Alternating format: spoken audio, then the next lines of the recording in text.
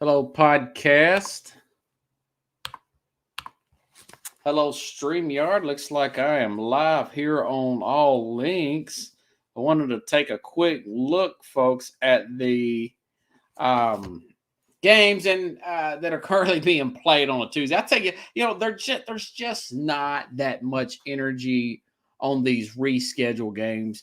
When you first hear about them going back to last year because of our COVID and everything, you think, wow, we're gonna football on a Tuesday. Isn't that awesome? We're gonna football on a Monday, Tuesday, Wednesday, and when it's when it's a late schedule like this due to the COVID issues, and you have those issues, you could tell these stadiums aren't quite that full. It's kind of got a preseason type of feel to it, even though these games do count.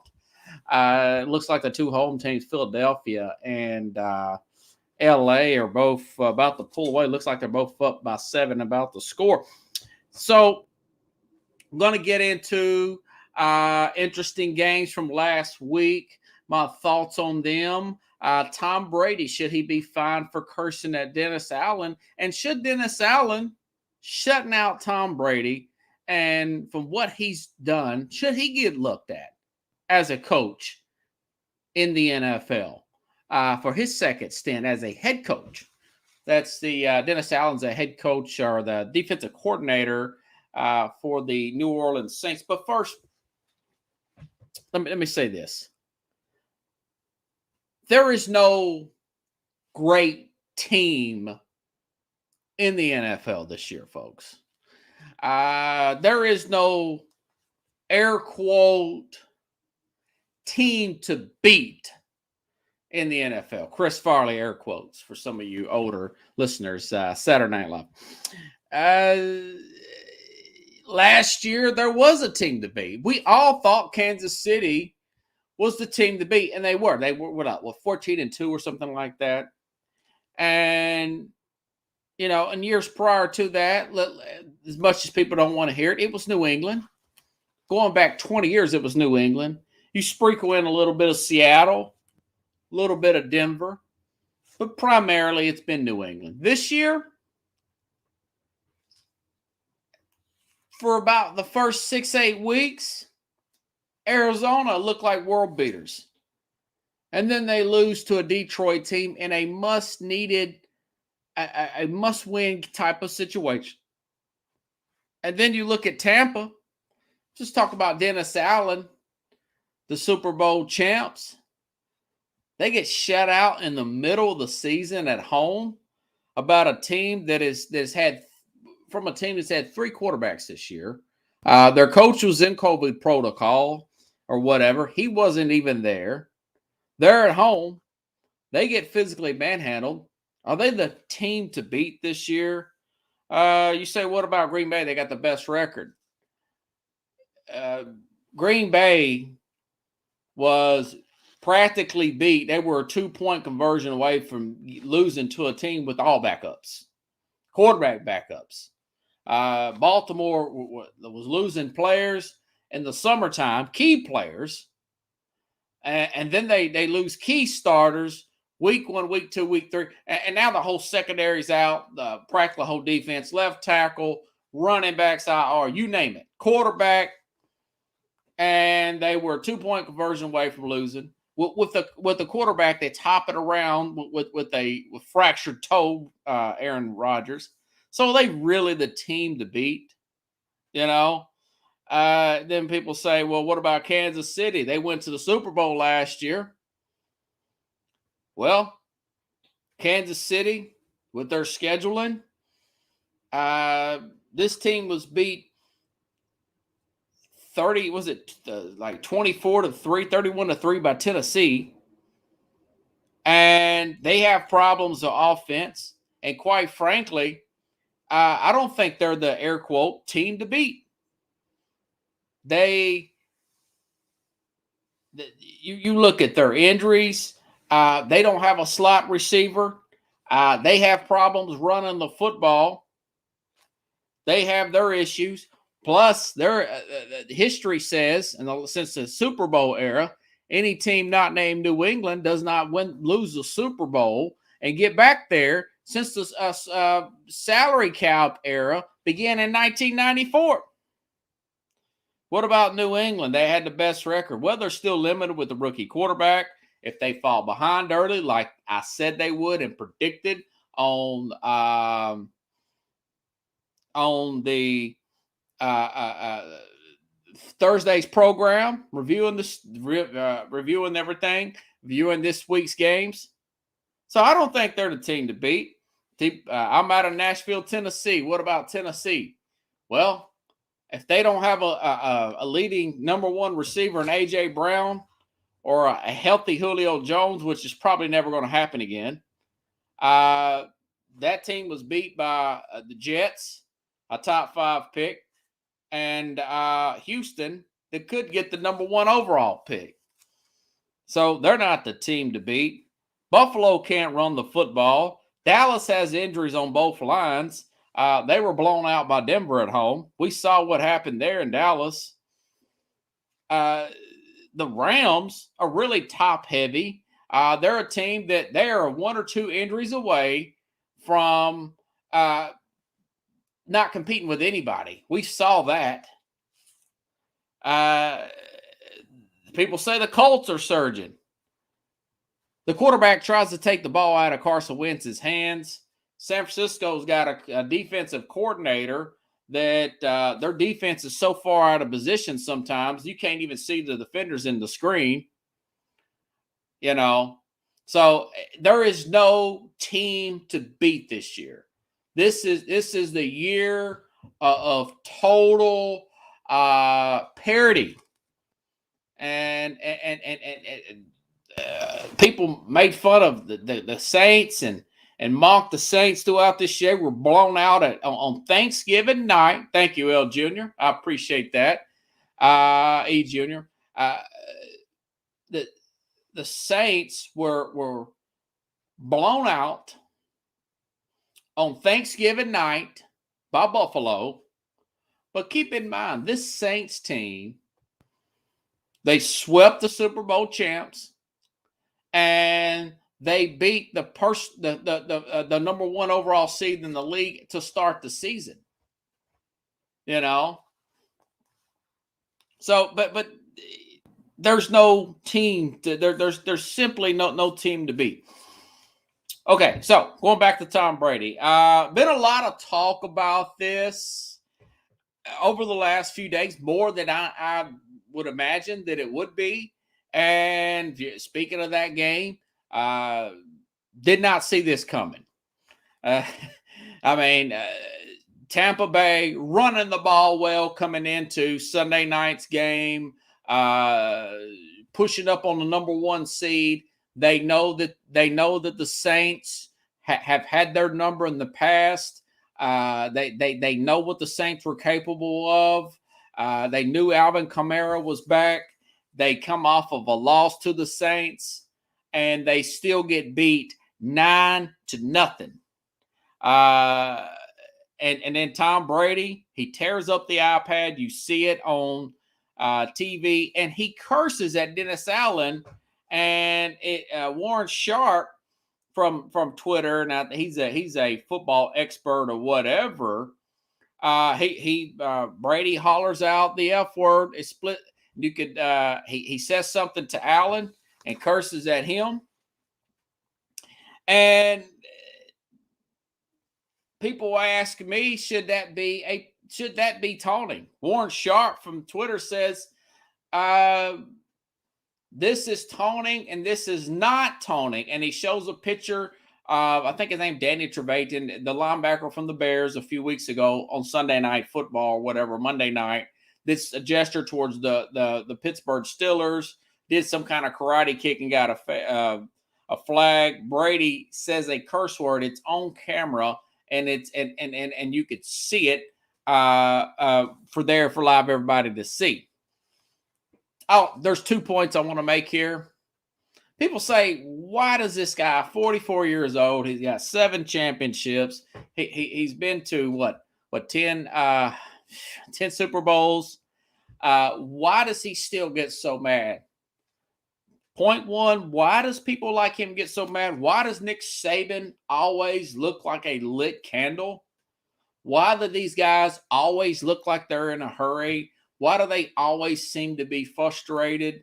Because in their mind, they feel like that they get up earlier, they outwork the competition day in and day out, and they feel like they deserve to win, bar none, period. They know they outwork you. They get up earlier, they study harder, they prepare more in the off season. They're totally out, and then when you beat them, they feel like it is a controversial. The controversy that it is as a fraud. It is total crap. It is nonsense.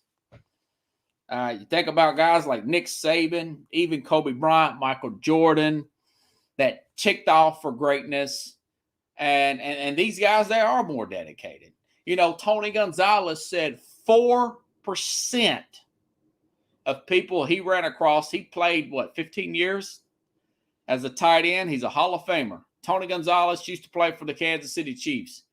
4% want to get better and want to actually play to win the game. 4% of NFL players. The other 96, they want the lifestyle that the NFL and pro sports give you. They don't really care about getting better. They don't give two bleeps if they win or lose. They put on a big front from the camera, but really they just want the lifestyle. That 4%, people like Nick Saban, Tom Brady, Aaron Donald, Ray Lewis, Ed Reed, the defensive guys, people like that, Derrick Henry from here in Tennessee, that really give two flips about. But all that being said, and I don't know if the PA will allow this. I really don't know that depth into the rules because it wasn't in the game. I think it was still late in the fourth quarter, excuse me. But it wasn't towards another player, but it was towards a coach. Peyton Manning, yes, went off about the kicker, Pickles says. He goes off about the kicker. Vanderjack, former kicker for the Colts, said something like they were not dedicated enough, and he just blows up at the Pro Bowl and says our idiot kicker got liquored up and saying we don't care about winning. Well, that was the last Vanderjack became a Colt. That was his last year, and he was gone. And then they went on and got Adam Vinatieri from the Patriots. But going back to this, should Brady get fined? Absolutely. In my opinion, that looks bad for the league. It's unsportsmanlike. You guys read this, the news, websites, Twitter, whatever. So-and-so unsportsman was fined $10,000. I think he should be fined $10,000, $20,000 for that because it was toning and it was on TV. People could see it. It looks bad for the air quote shield. Okay, so why does he get so mad? Because he works that hard and he's that competitive to win. Should it be treated just like anybody else? Absolutely. Pocket change for them. And yes, that is it's pocket change. It's more about the gesture of the league. I mean, this guy's been suspended for 4 games. He's been fined a lot over the years. Brady, for the Deflategate thing, he got suspension. So that's a lot of money fines. But yeah, it's pocket change. It's nothing, but it's just to send the message that even if it's a coach, you should still be taunting. Rules still should apply. It wasn't called on the field. The league needs to go over that, and they simply need to fine Tom Brady. The rules apply to him too, even though I think sometimes he don't think they do. And I like Tom Brady. I really like Tom Brady. I think my preseason was for them to beat the Browns, and I was way off on the Browns to beat the Super Bowl.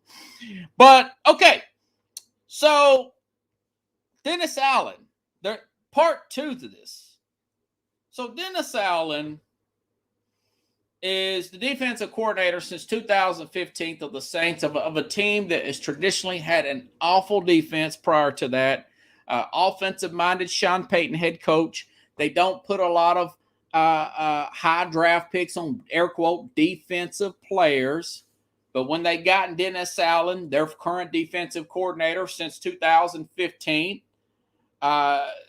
you've seen that what he's done to the GOAT, the greatest of all time, Tom Brady. Brady is 1-4 against this defense over the last 4 games. 8 interceptions, 10 sacks. That is unbelievable. Dennis Allen used to be in 2012 for about 3 years, 12-14, 2.5. He was a defensive coordinator for the head coach, for the Raiders. And we've seen what the Raiders have done. That shouldn't be held against him for getting fired for that job. The Raiders are historically, since the last 35, practically 40 years, have been a dysfunctional organization, only making it to, you think about their playoff appearances. They had a little bit of run with Rich Gannon and John Gruden part 1. But you think about the Raiders, their turnover in coaches. They've left 2 and 3 cities. They're the least financial. They're the poorest ownership in the NFL. They have problems paying their bills. They have issues with cities. Dennis Allen, they've had general manager issues. They've had ownership himself issues. The prior owner was he sounded mad, Al Davis. Towards the end, he was very bright and sharp at one point in the 70s and the early 80s, Pickles. 1983 is the last time that team won a Super Bowl.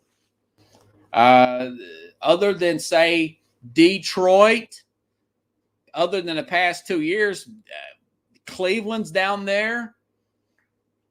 I mean, the Raiders are right there in the bottom there. They are right there. Cincinnati, 15 years ago, Cincinnati, they wouldn't even put a Colt machine in their stuff. That's how cheap that owner was. But the Raiders are in that bottom 5 guys. But Dennis Allen, if you do a feat like that on national TV, where you've got those players, they could have mailed it in. They had 3 quarterbacks this year, the Saints.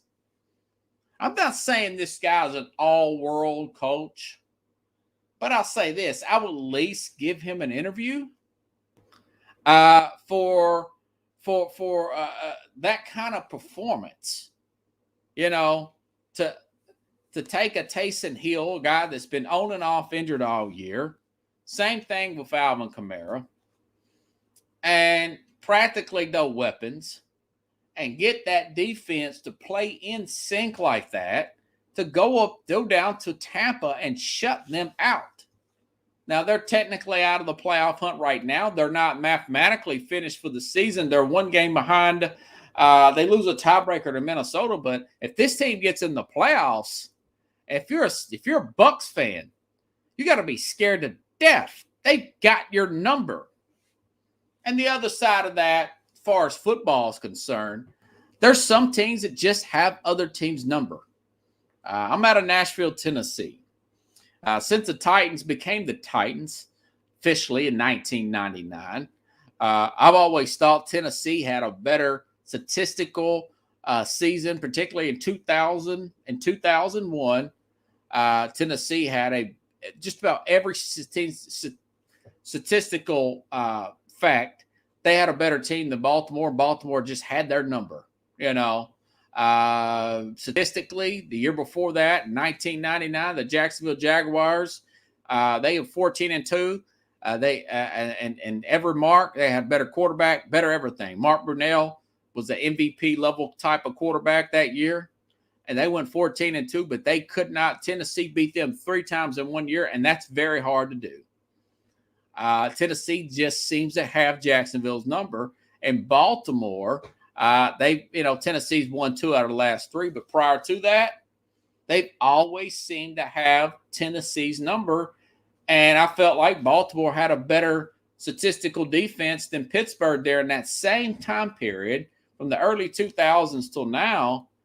That Baltimore had a better team overall, better organization than Pittsburgh, but Pittsburgh always had their number. Of course, Ben Roethlisberger helps, but it's just way certain teams match up with others. They simply have your number. So that's what it was with the Saints. And again, Dennis Allen's a guy that's not being talked about, but it's really an oddball type of thing. And it's food for thought. Okay. Green Bay, a lot of injuries, but really playing really good football. They go on the road, play this Baltimore team. Most people are calling it's going to be a blowout. Even though it's going to be in Baltimore entire secondary is out. And this Don Martingale, another guy that should be mentioned for head coaching job, defensive coordinator, Baltimore Ravens, puts this zone defense in, and they cloud Devontae Adams all game long.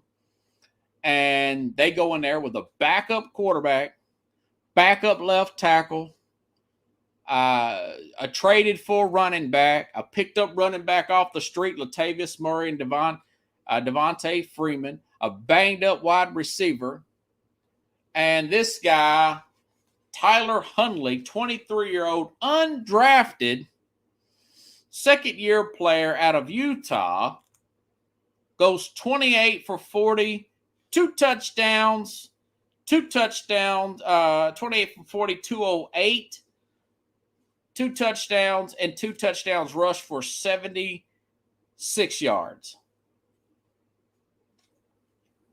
215 he threw. He had a quarterback rating of 99.5, and they are a 2-point conversion away from beating the number 1 overall seed. Technically, I guess they would have had about 38 seconds to get downfield and get a field goal against Mason Crosby of Green Bay, who hadn't hit a big field goal all year. If you've watched the Cincinnati game, can you really trust Green Bay? Again, this is his second start. He wins his first start against the Bears. This guy is, if you watch the last 2 games, which I do, I play daily fantasy. I watch Red Zone all day on Sundays. That's all I do. Single guy, put a lot of time in this. Daily fantasy, sometimes I'll wager, but mainly I play the daily fantasy and sometimes higher stakes games. And I'm looking at how easy this guy, Tyler Huntley, has caught on to this offense. And just like the Lionel Richie, I think, who sings that song, Pickles, easy like Sunday morning.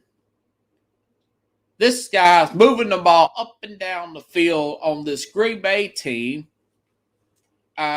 Defensively, I think they kept this Kansas City team to, 10 points on the road? And this guy, what's he put? 30, what's that box score again? Is it 31 points? 28? Now I've got my numbers mixed up here. 30, he puts 30 points on these guys. And he is a second-year undrafted free agent. And nobody in the mainstream media, they're scared to death to criticize Lamar Jackson. Get up, Colin Cowherd, that's ESPN Fox Sports. That's why I'm the best. I just haven't got their platform. But again, Lamar Jackson, who is on his 4th year, they've already picked up his 5th-year option. There's a reason why they haven't paid him that $40 million plus contract, because they know that he's going to get hurt. Lamar Jackson, I looked this up too. This is all-time, Pickles, in rushing attempts for a quarterback. Lamar Jackson is 24 years old. He has 615 rushing attempts. Cam Newton leads all quarterbacks in the history of rushing attempts by a quarterback with 1,112. Cam Newton is 32 years old. Again, he's over halfway there, and he's only played 3 full years in the NFL. This is year 4. And do you want to pay a running back? That is basically a running back. He's going to dwarf those attempts. He was hurt last year. In the game, I picked him to win, that playoff game against Buffalo. He gets hurt last year. He's pulled out of that game. They lose that game. That's after he threw that pick 6. Buffalo wins the game. Now, he's already hurt again this year with ankle injury, because he is setting an unprecedented amount of rushing attempts. And that's a reason why that this team has even got a prayer of winning is because their depth and roster, and mainly, guys, is because the Ravens are paying him on a rookie contract. Okay? You guys understand what I'm saying? They're going to they're paying him a rookie contract. He's getting paid like $5 million. It's going to go up to like 23 next year, whatever. But after he signs this big contract, it's going to be 45 million. It's going to be up there with Mahomes.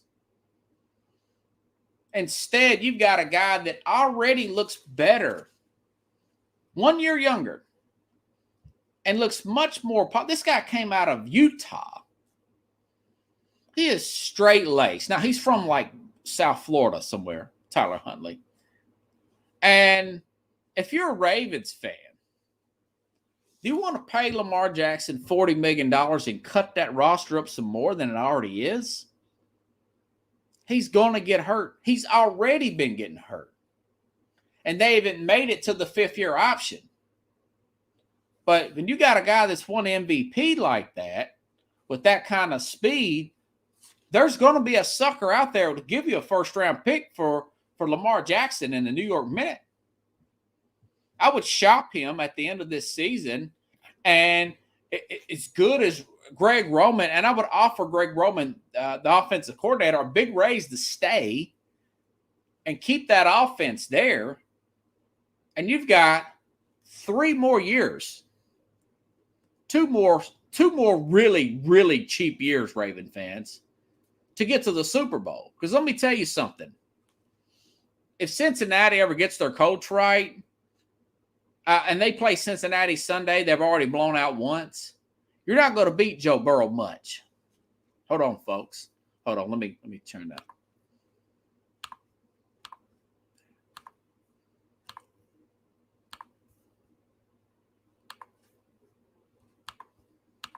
Yeah, so if Cincinnati gets their coach right, and yeah, the Ravens, yeah, they're going to come down a little bit. Not the Ravens, the Steelers. The Steelers are going to a quarterback change. They're going to come down a little. Baker Mayfield's not the guy. The coach is afraid to bench him, so you kind of got a break there. But the Cincinnati Bengals, if they keep Joe Burrow upright, you're not going to beat this guy. With paying Lamar Jackson $45 million and trying to keep a competitive roster around him with all that running he does, he's going to he's going to be the all-time attempts leader. Pickles, you're out of Nashville. He's already got more rushing attempts than Steve McNair. Steve McNair played in his 30s. No, excuse me. He's a few off there. He's about 40 off from Steve McNair. He's already got more than John Elway and Donovan McNabb. He's already rushed the ball attempts more than them. He's about 200 attempts away from Michael Vick. And Michael Vick had 2 careers, right? This kid is 24 years old. But Huntley is a much more polished passer. We saw what he did to Green Bay. He's running just as well. He fits in. You guys look at, I forgot the guy's name now. It wasn't, his last name is Brooks, works for the NFL Network. He thought they should have drafted Justin Fields and let Lamar walk and got cruciated. It just completely one run from a career-ending. That's what Pickles says. He's one run away from a career-ending injury.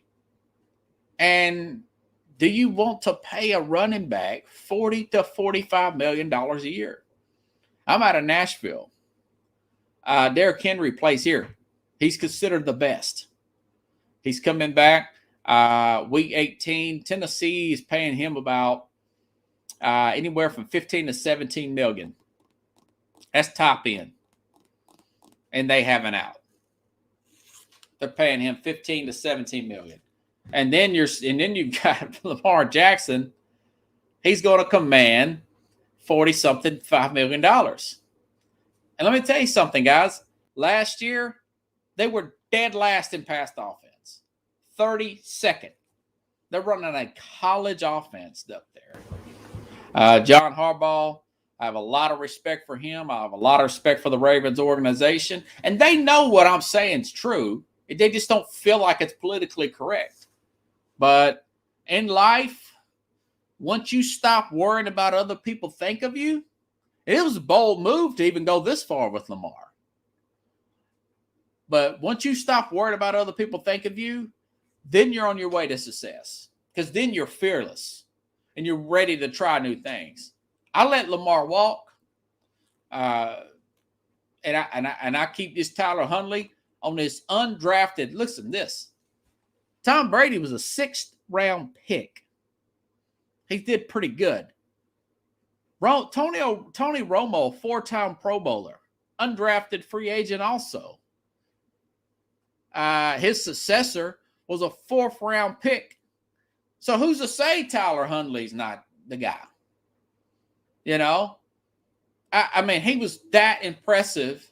And I looked at his rushing attempts, and I looked at his polish, and I looked at what they're paying him, and then I look at what they have to pay Lamar Jackson. It only makes sense. That is a simple offense. You know? I got the RBs are the workhorse, but any play energy the rest of the season. Worst career ending playing that much for, I don't know about that. Yeah, they're workhorse. I mean, it is a rough, it's a cruel world out there with running backs. You know, Leonard Fournette is going to be on the IR. This is a shot for Ron Jones to come back and redeem himself. But that's the business you guys, the running backs choose. They know that it is what it is. You know, I mean, it's just not that valued. And by the way, Derrick Henry is a 2nd round pick. And that's what I was talking about on the Mac and Jack and Jim Jeffcoat, former Dallas Cowboy.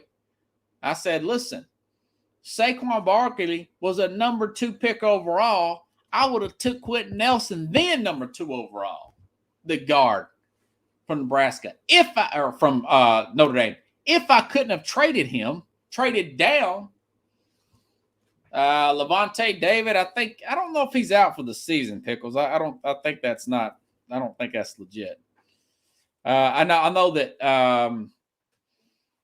the receiver Godwin, he's done for ACL. He's done for the year. But Antonio Brown will be back.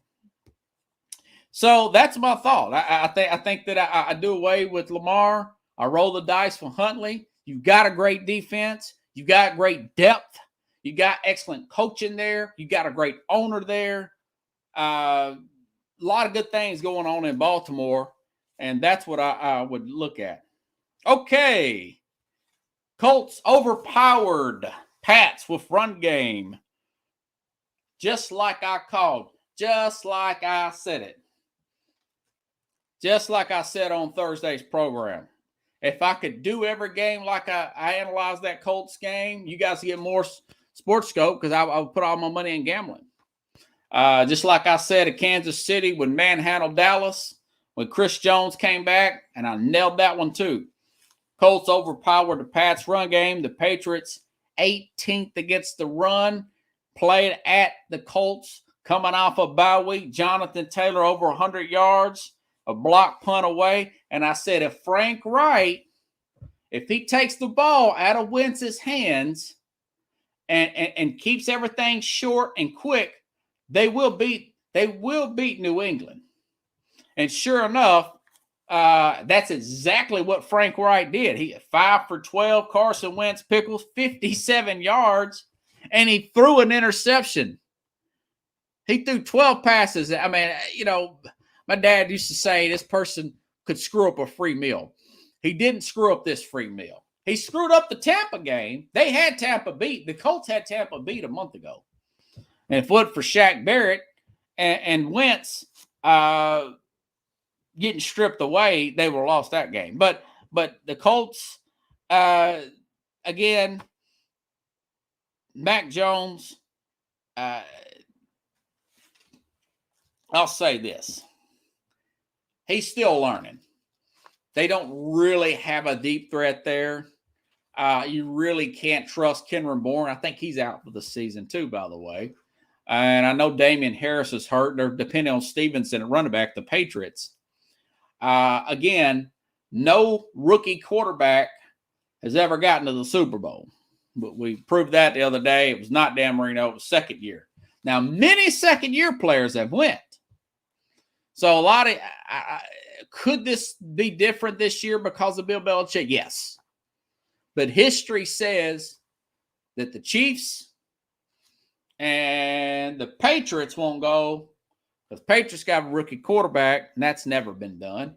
And the Chiefs, other than the Bill Belichick Patriots coach teams, since the Super Bowl era, no team that's lost the Super Bowl has been back.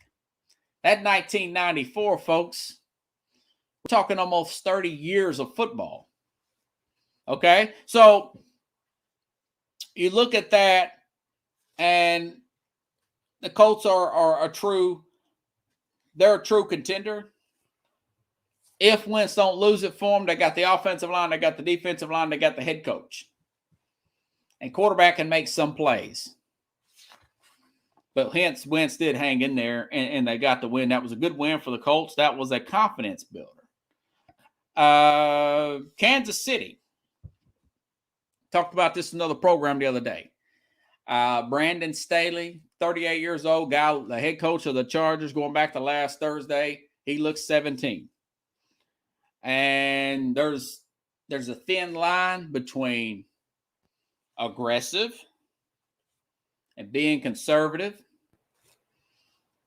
And there's another thin line between being aggressive and being reckless. And what Brandon Staley did was reckless. He's still learning. It's hard. Young coach, young quarterback. It's hard for that to happen in the first year. I don't think they're going to make it the first year Super Bowl. People are saying, well, what about if Darwin James plays and the defense does this on the back end? You got Joey Bosa. Darwin James can't stay healthy. I like Darwin James. He's a great player, excellent safety, covers a lot of real estate, but he got hurt in that game and Travis Kelce went off. But when you're on the 5-yard line, the opening kickoff, and you do 4 passing plays in a row, 0 running plays, and you come up short, and then you turn around and don't take points at half, that's 6 points right there.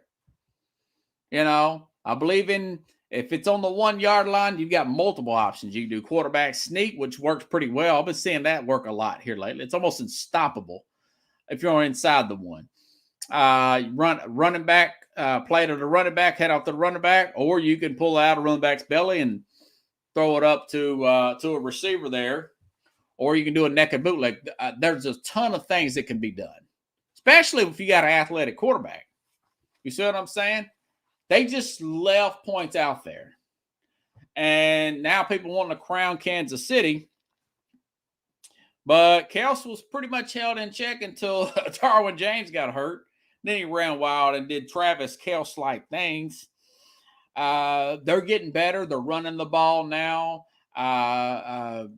Kansas City, they're running the ball now. Mahomes is being more disciplined. They still need that slot receiver. They can't quite replace that. They don't have that chemistry with Josh Gordon or anybody they're bringing in. And Mecole Hardman's just an underwhelming player. He's not the player that they thought he was going to be at this point. You know, he's a fast player, but he's just not got everything working out for him. Okay. Again, they're just no great teams this year. They're not great. It's wide open, a wild card team. Again, so a team like the Saints get hot and get in at the right time, get the right matchup, and get there. You know, Tennessee, that game was pretty much how I predicted, too. That was a big game. If Tennessee would have won over Pittsburgh, they would have been the 1 seed over Kansas City because they beat Kansas City head-to-head. It's like 34-3 or something. Or 27, whatever. And Tennessee, check this out, guys. They outgained Pittsburgh 180 yards rushing to 35. They had the ball 39 minutes to 20. And they still lost because they had nobody to get the ball over the top. No A.J. Brown, no Julio Jones. This team, they've lost to the Jets, top 5 pick, right? Houston could be number 1 pick with Jacksonville and Detroit. And you know, if A.J. Brown don't come back healthy, and he's supposed to be back Thursday, possibly. But if he don't come back healthy, this team might not even win the division. They'll fall. They may get lucky and fall into a wild card. They're one and done. They're period. They're done. But if this guy comes back healthy, I saw him practicing today. He looked good, but I don't know how these players are feeling. This team can win the Super Bowl. This team right here in Nashville, they can win the Super Bowl. They ran for 270 yards on the Patriots. They physically dominated Kansas City earlier this year. They physically dominated up front the Rams, who are playing hot right now. They had a new defensive coordinator. They've had a new offensive scheme. They did get beat early to Arizona, but, the speculation is A.J. Brown's going to be back this week. Derrick Henry's going to be back week 18. If that works out the way that Tennessee's saying it's going to be, they beat anybody out there. But these other receivers, John Robertson, this general manager, should have never granted the release of Josh Reynolds, who's now with the Detroit Lions. He should never granted that. Julio Jones had hamstring injuries with Atlanta. I said a few years ago they should have traded him. They didn't. Then they found a sucker, us here in Tennessee. Thought he might come in shape and be good for at least 1 year. Tennessee gave up a second-round pick, and this guy ain't played a handful of games all year. And the ones he has played, he's been banged up. But if A.J. Brown is healthy, it really doesn't even matter if Henry. A.J. Brown's healthy, this team can get right to the Super Bowl. Who else is going to do it in the AFC? I told you history is against Kansas City. History is against New England. Pittsburgh, they're lucky to have got as far as they did with Tennessee. Cleveland, they're too afraid to bench their quarterback. The Chargers, head coach is way too young, and they're susceptible to the run. Tennessee one of the best running teams in the NFL, top 5 usually, and they're number 2, the defensive stopping the run. One of the best pass rushes in the league, had one of the worst last year in the AFC. Now, the NFC, that's different. Now, Green Bay match up really well. Tampa would match up really well. Arizona did match up really well in the NFC. But the AFC, Cincinnati, no way Zach Taylor's going to outcoach Mike Vrabel. But again, that's how much they are dependent on this one receiver, and that's normally not my philosophy. But this particular year, Tennessee is very dependent on A.J. Brown to get over the top, to get that defense off the line of scrimmage, to convert third down, to turn field goals into touchdowns. One field goal, one touchdown, they win. They lost that game by inches, but they also lost to the Jets. What's the commonality? No A.J. Brown. They lost to Houston. No A.J. Brown. Never seen a team that is that much dependent on one player. Did I mention they beat Buffalo when Buffalo is considered the hottest team in the league with Derrick Henry and A.J. Brown? But mainly it's A.J. Brown. This is the part that his agent don't need to hear, as this guy's going to wear us out. And John Robertson's got to add more skilled players, go to the draft there. That's sure he's going to address that in the offseason. But, yeah, this team is one of those teams that can definitely make it. And we'll see how that plays out. We will see how that one plays out. Okay, Chicago last night was officially eliminated from playoff contention. Matt Nagy, everything I read, he's likely out as head coach there already with Jacksonville, along with the Brady job. So my guess is, Pickles guys that watching, that they're probably going to be those 3 job openings. Will there be another surprise in Denver? I think so, possibly. Vic Fangio, that's another guy. He's probably on the hot seat as well for losing to Cincinnati. But their quarterback, I can't even find his name in here, but he was knocked out of the game. What's his name? Teddy Bridgewater. Bridgewater cannot stay healthy, another guy. So possibly Vic Fangio. Maybe Minnesota gets into the playoffs, and of course Pete Carroll. Pete Carroll is also in that possibility. But these more likely guys. Well, for 2, we know that the Raiders need a job. The Raiders need a coach. Jacksonville needs a coach, and I think Chicago is going to let Matt Nagy go. So teams usually go the opposite of what the other coach was. Urban Meyer was an offensive-minded head coach. They might want to he was a college coach. They might want to get a pro coach to deal with Trevor Lawrence. Maybe a guy like an Eric Bieniemy, somebody like that. But the fact that he was an offensive coach, Urban Meyer, maybe they want to look at a Dennis Allen. But my favorite, again, with Jacksonville, and possibly to deal with Justin Fields, would be Doug Peterson. Doug Peterson ought to get interviewed everywhere. Doug Peterson's a former Eagles coach. We found out later, after he was fired from the Eagles, that Lori, the owner up there in Philadelphia, wanted him to go on over every single play after every single game, something I've never heard of, Jeffrey Lurie, and he is a ultra micromanager there. And I just think that I would have not have lasted that long with Philadelphia. I probably wouldn't have got to the interview process. I'll say, if you want me to do that, and you're going to criticize me for not using enough analytics. They go up to a few years ago, guys. Philadelphia goes up to Green Bay, beats Green Bay, short week, injuries in Green Bay.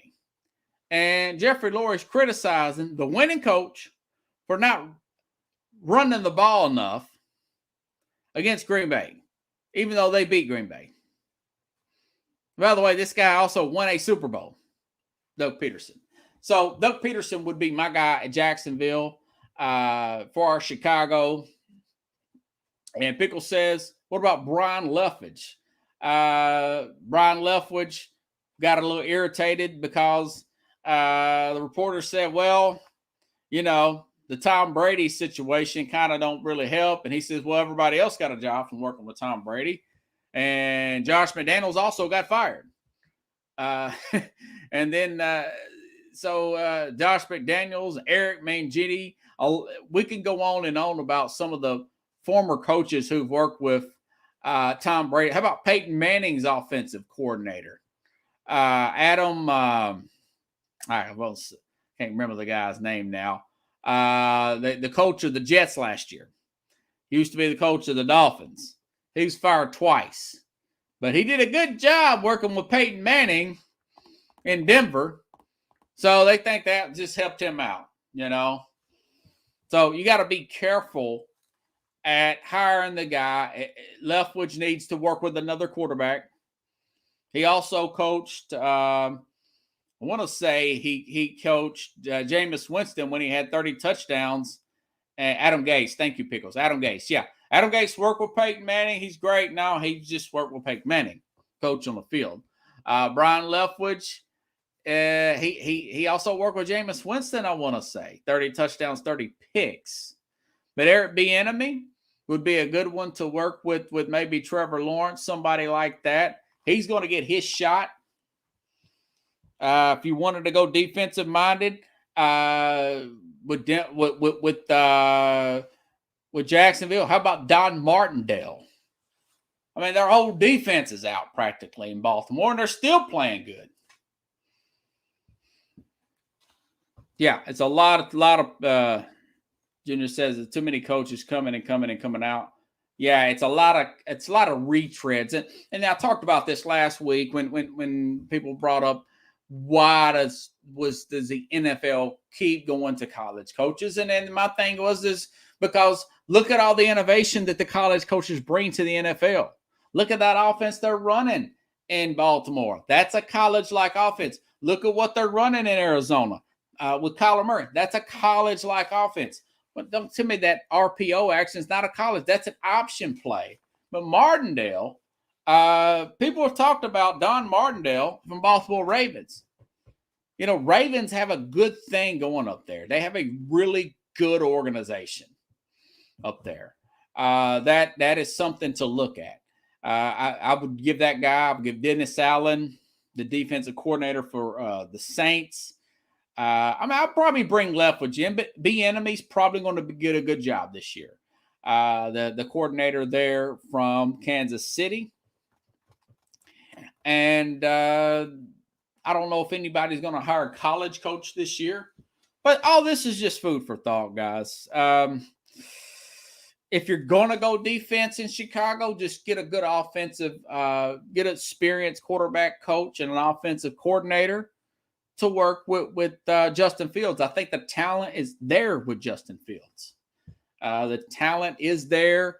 I think their general manager up there is terrible. I've been saying that for years. They don't have any kind of offensive line in Chicago. Most teams with a really, really bad offensive line don't win anything. The Giants, bad offensive line. Pittsburgh's very fortunate to be where they're at. Bad offensive line. The Bears, really bad offensive line. They spent all their money on their defense. But they can't, you know. So it's going to be somebody like that. Again, there's plenty of guys out there. They just got to get in the right situation. But, Vic Fangio's 50-50, you know. And Denver's got a good team. If Denver, Ryan Pace, yeah, that's a guy. Denver, remember Deshaun Watson, this thing could be over with, by the way, at the first of the year. February, March, all that could be summed up in one, all those lawsuits, and then they could be done. So Deshaun Watson mentioned Denver being one of his destinations, and he also mentioned Miami. Now Tua's playing better. So Denver would be a really good spot for Deshaun Watson. Yeah, I think that my opinion on Watson is I think they go to court. There's eventually a settlement going to be made out of this. I don't even know if the NFL is going to do anything about it. I think he's going to come back and he's going to play, and he's probably going to play pretty well. This guy's got one of the highest QBRs in the history of the game. Way better than I thought after looking at it. All this stuff happened. But so there's a lot of teams really interested in Watson. But we'll see. But he's one. Russell Wilson, he's wanting to get traded now, and he mentioned the Giants. So Russell Wilson, Deshaun Watson, guys like that. Not sure about Garoppolo. We got to look at Trey Lance's development. Those are trade guys. But I would put Lamar Jackson out there. I'd keep Tyler Huntley on his rookie contract. There'll be a sucker right there. Washington or somebody would take that. So anyways, you guys like the show, share the show. Next year, everybody, I will be on next year, meaning January, next month. If all works out, we're working out the bugs, but I'm going to be on Roku TV. I'll tell you some more information as that goes along with Mac and Jack on their channel, on the Northeast Streaming channel. I'm not part of them, but the SportsSkope is going to be on there probably the next day, the replay of the program. So we'll get a much bigger audience, get some advertising. If you guys want to contribute to the program, go to the ZELLE app, which works. And my email is the word sports and another S, scope at gmail.com. I want to get a crawl running. I meant to do that today, but I didn't get a chance to. And we're going to get that taken care of at some point. So everybody, I will be back on here around Thursday, 9 p.m. Central Time. Speaking of Tennessee, if at the thank you, Pickles. If Tennessee has, hold on, let me switch this out real quick.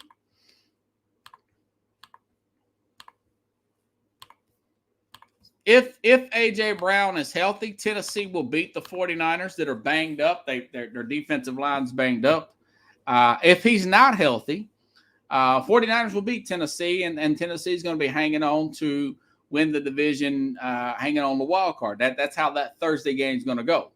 49ers playing much better football. I think they've won 5 out of 6, playing really well. That's going to be a good game. And other than having a deep threat downfield, Tennessee's playing some pretty good football as well.